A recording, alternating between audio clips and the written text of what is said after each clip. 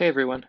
So I made a video here to do some notes for section 3.1. Sorry that I can't be there. I don't want the video to drag on too long, so these first few slides here are just some definitions and stuff. I'll talk through them a little bit, but then if you could pause the video to kind of copy down the important information. And then we have a few examples later on, and we will use the calculator for one of them. So if you could make sure you have the calculator ready too, that'd be great. Okay, and then the other thing is there's like some construction happening and they are not stopping, and there's nowhere I can go to record this without this buzzing sound in the background. So hopefully it's not too bad. Okay, so this chapter 3 is all about kind of analyzing functions and what can we do with derivatives. And so this first section is talking about something called extrema. And extrema are when the function has a maximum or a minimum value. So the extreme values is what you can think of. And sometimes we use the words like an absolute extrema or a global extrema. And that basically talks about the very highest and very lowest points on a graph. And usually we talk about a specific interval of a function. So you might hear the term absolute max or global minimum or things like that. That's what we're talking about. So if you need to pause this at all, otherwise, next definition. So actually, we get a couple example graphs here. So take a moment, pause it, and look through this. But just like my quick description is going to be like we can have situations where over an interval, a graph has a minimum and a maximum, where it only has one or the other. And a lot of it has to do with if it's continuous, like part A, if it's got an open interval versus a closed interval. Closed meaning the endpoints are filled in, open meaning they're not, they're open circles. And you can see that in the brackets versus parentheses for the actual interval notation. And if it's not continuous, we have a different situation there too. So in the first one, we do have a minimum and a maximum. In the second one, there's a minimum but no maximum. And in the third graph here, there's not a minimum, but there is a maximum. And so we get a definition here, or a theorem. The extreme value theorem says that if f is continuous on a closed interval from a to b, so we got those brackets there, then f has both a minimum and a maximum on the interval. So kind of two key things there. If it's continuous and it's a closed interval, then we know for sure we will have both a minimum and a maximum.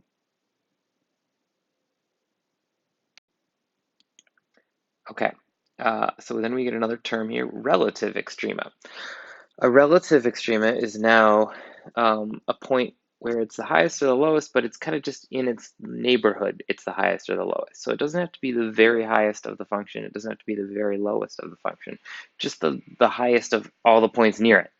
And so we usually talk about like the hills and the valleys, okay? And so you can see on this graph here, we've got all these hills, and at the very peak of the hills, those are what we call local or relative maximums. So both of those words are interchangeable, local max, relative max.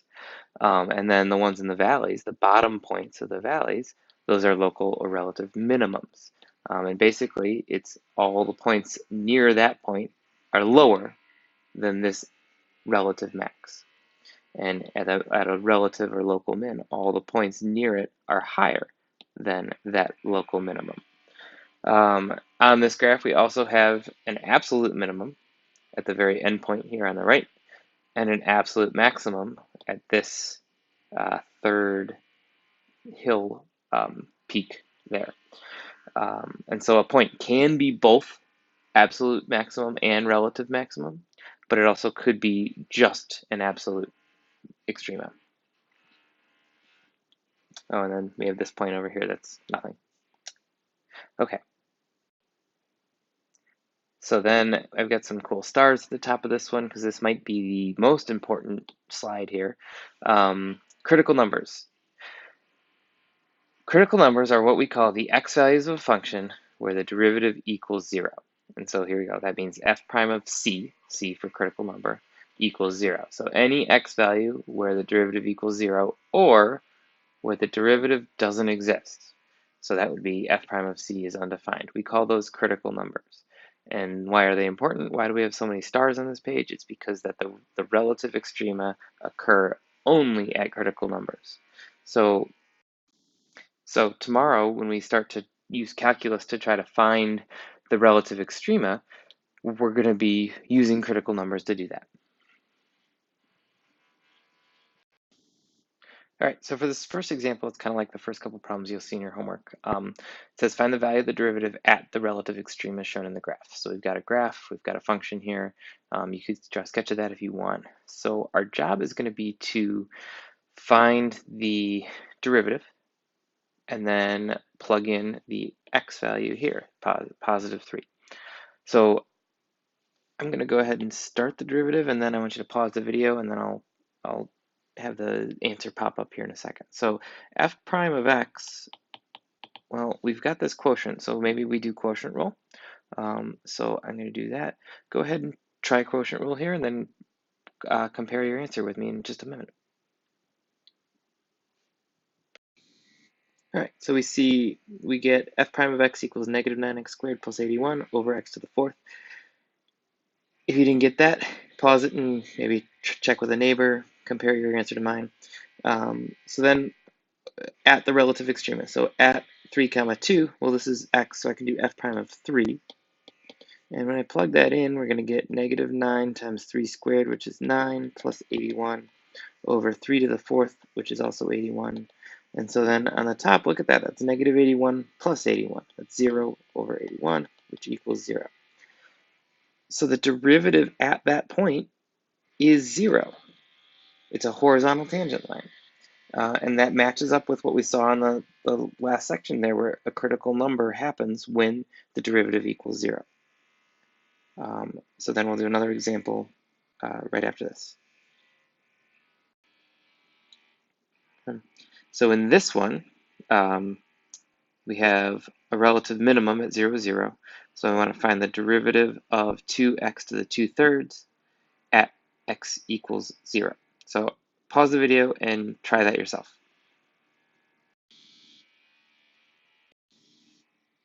All right, so here's your derivative. F prime of x equals 4 over 3 cube root of x. And the cube root of x goes on the bottom. And then I want to find the derivative at x equals 0. So f prime of 0 would be 4 over 3 cube root of 0, which is 4 over 0, which is undefined. And so at x equals 0, the derivative doesn't exist. And like, look at the graph. It's clear that the derivative on the left is not going to equal the derivative on the right. And so this sharp corner would not have a derivative. Where would you draw the tangent line? Okay, and so that's what we saw with the critical numbers as well. A relative extrema can occur when the derivative doesn't exist, and that's what's happening here. Okay, the next one we need our calculator for. All right, so example 3, find the absolute extrema of the function, should say of the function, over the interval using your t-inspire. So we've got this function f of x equals root x plus cosine of x over 2, and the interval is 0 to 2 pi. So pause it, get to a graphs page on your calculator, and make a graph of this, and I'm going to put it up on the screen here in a second. Okay, so here's what your graph should look like. And if it doesn't, double check that you're actually in radian mode and not in degree mode. And so then what we're going to do here is try to change our window to be 0 to 2 pi. And so easiest way I've found is you double click on the, like over here, on the left, the negative 10, double click on that and type in 0. We want our beginning x value to be 0. And when you type in 0, hit tab. And if you hit tab twice, I believe it'll bring you up to this next one here, the 6.67. We can actually improve our view here by making that 6.67 a little lower, maybe 4. And then what else? We could do, then hit tab twice again, you get to 10, and we'll change that to 2 pi. Hit tab twice again, and you go down to here. We could make that even 0. And Then once you do all that, we'll get a little bit better picture. So pause it till you got that done, and here's what it should look like. Yeah, all right, so it should look like this. All right, so now our job is just going to be to find the absolute extrema.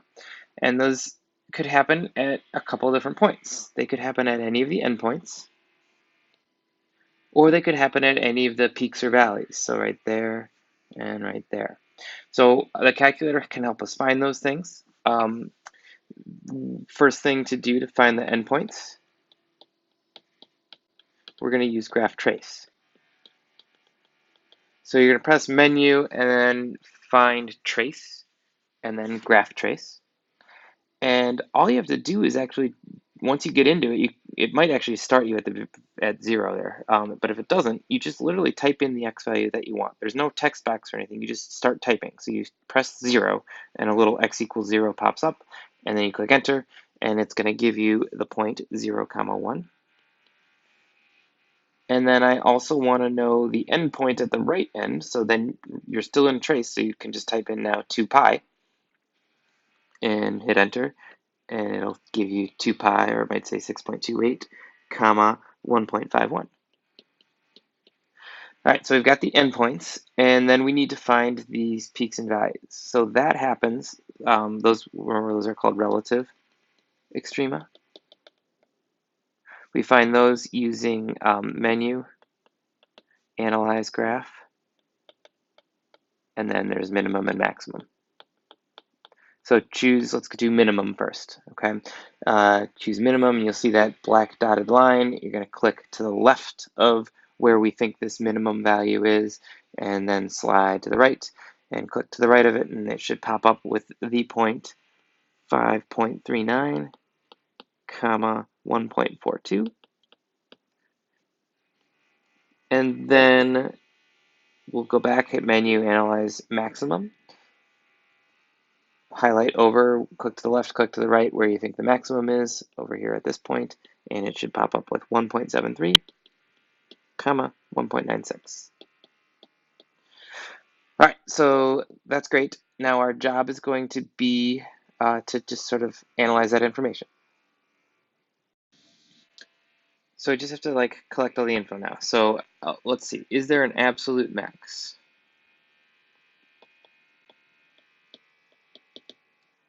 Well, the absolute max would be the very highest point. That's this one.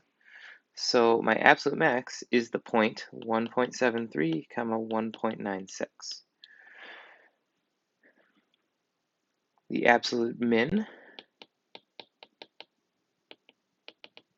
well, that would be the very lowest point. That's that beginning point, that left end point. That would be 0, comma 1. All right, so that's all for the video, and you should be able to do the homework pretty well for tonight, and we're going to dive a lot more into this tomorrow. Thanks.